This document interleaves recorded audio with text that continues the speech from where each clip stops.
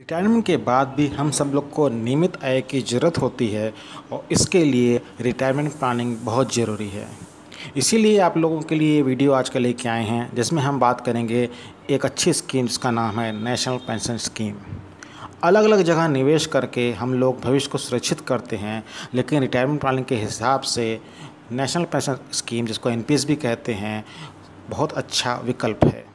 सरकार द्वारा चलाई गई स्कीम को मई 2019 तक 55 लाख से अधिक लोग निवेश कर चुके हैं। इस स्कीम को और अधिक आकर्षक बनाने के लिए सरकार ने कुछ बदलाव भी किए हैं। तो आइए बात करते हैं कि नेशनल पेंशन स्कीम होती क्या है। नेशनल पेंशन स्कीम को जनवरी 2004 में सरकारी कर्मचारियों के लिए शुरू किया गया था। बाद में इसे 2009 में सभी कैटेगरी के लिए खोल दिया गया। कोई भी व्यक्ति अपनी कामकाजी जिंदगी के दौरान पेंशन खाते में नियमित रूप से योगदान दे सकता है।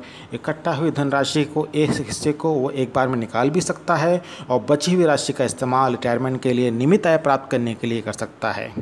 व्यक्ति के निवेश और उस पर मिलने वाले रिटर्न से एनपीएस खाता बढ़ता रहता है। देखते हैं कि इसमें कौन कौन से लोग इन्वेस्ट कर सकते हैं। पहला तो केंद्र सरकार के कर्मचारी हैं, राज्य सरकार के कर्मचारी हैं, निजी क्षेत्र के कर्मचारी भी कर सकते हैं और साथ ही आम जनता के लिए भी खोला हुआ है। कौन कौन इसमें निवेश कर सकता है?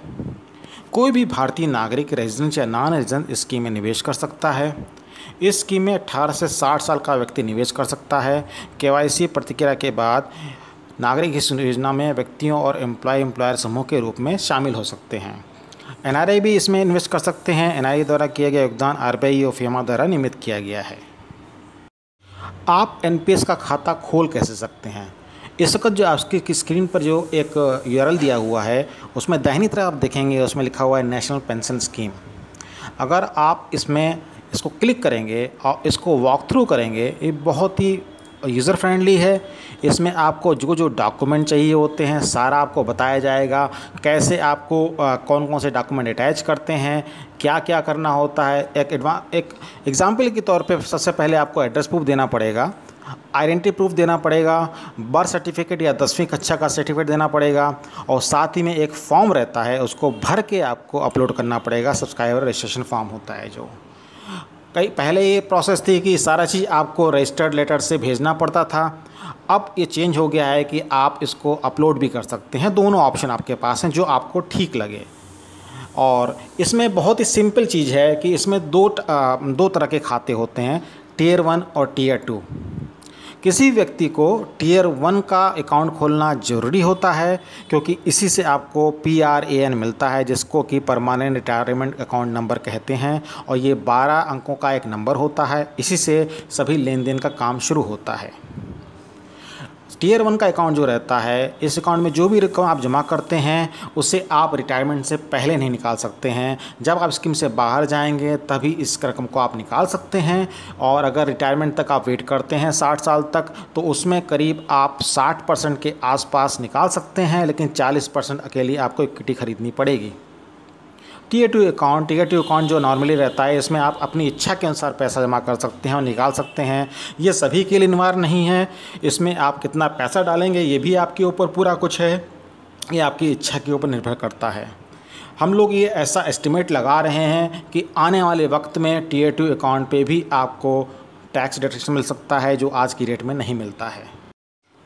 एनपीएस से मिलने वाले फ़ायदे कौन कौन से होते हैं? सरकार ने एनपीएस से अंतिम निकासी पर भुगतान की छूट को सीमा को 40% से बढ़ाकर 60% कर दिया है। मतलब कि आप 60% तक जो है अपने टोटल फंड में से पैसा निकाल सकते हैं। 40% का ही आपको इक्विटी लेनी पड़ेगी। फाइनेंस मिनिस्टर ने एनपीएस ट्रस्ट को pension fund regulatory and development authority से अलग करने का फैसला किया। मतलब इसको अलग आप पूरी कैटेगरी बना दी है, अलग सोसाइटी बना दी है पूरी। सरकार द्वारा अपने कर्मचारियों के खाते में योगदान की सीमा को बढ़ाकर 10 से 14% का भी प्रस्ताव दिया हुआ है। अगर कोई भी ग्राहक एनपीएस से पैसा निकालता है या डालता है तो उसमें इनकम टैक्स सेक्शन के अंतर्गत 80CC(d) के तहत ग्रॉस इनकम का 10% तक टैक्स में डिडक्शन क्लेम कर सकता है। सेक्शन 80CC(e) के तहत यह लिमिट 1.5 लाख है। सेक्शन 80CC(e) के तहत ग्राहक 50,000 रुपये का अतिरिक्त डिडक्शन क्लेम कर सकता है।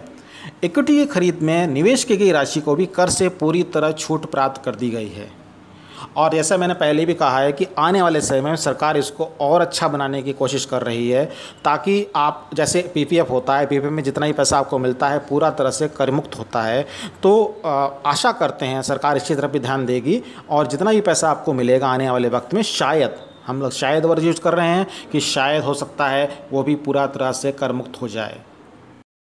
इस सेक्शन में बात करते हैं कि एनपीएस में रिटर्न कितना मिलता है।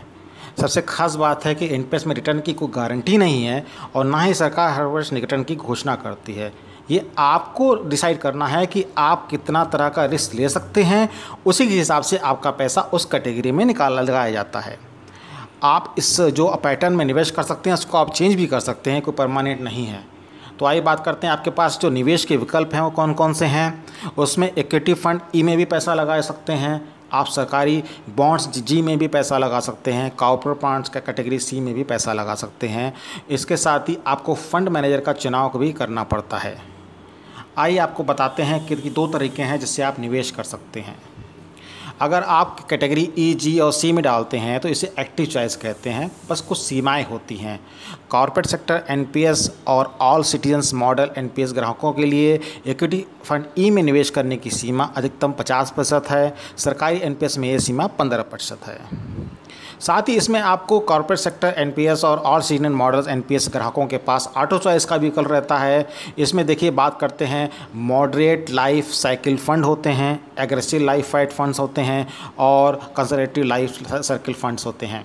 तो इसमें क्या होता है कि आप जितना ज़्यादा रिस्क ले सकते हैं और जितना कम रिस्क ले सकते हैं वो आपकी एज के हिसाब से ऑटोमेटिकली रिड्यूस होता रहता है, बढ़ता रहता है। तो ये काफ़ी अच्छा रहेगा उन लोगों के लिए जो बार बार आपका जाके लॉगिन करके चेंज नहीं करना चाहते हैं, या आप ये देखते हैं कि भाई हाँ ये अच्छा रिटर्न आ रहा है, कैसा आ रहा है, एक बार आपने देख लिया था, आपने उस पर ऑटो सेट कर दिया, तो आपकी एज के हिसाब से वो धीरे धीरे रिड्यूस होता रहता है, बढ़ता रहता है अलग अलग उसमें अकाउंट में। तो ये काफ़ी अच्छा चॉइस है कि आप ऑटो चॉइस में डाल दीजिए तो काफ़ी अच्छा रहता है।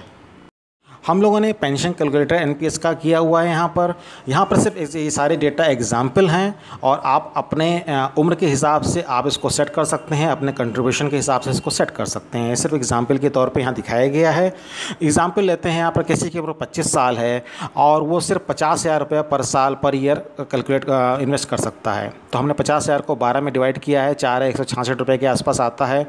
35 साल तक इन्वेस्ट करता है और मोटा मोटा मानते हैं कि 10% उसको मिलेगा इंटरेस्ट इन्वेस्टमेंट पे रिटर्न।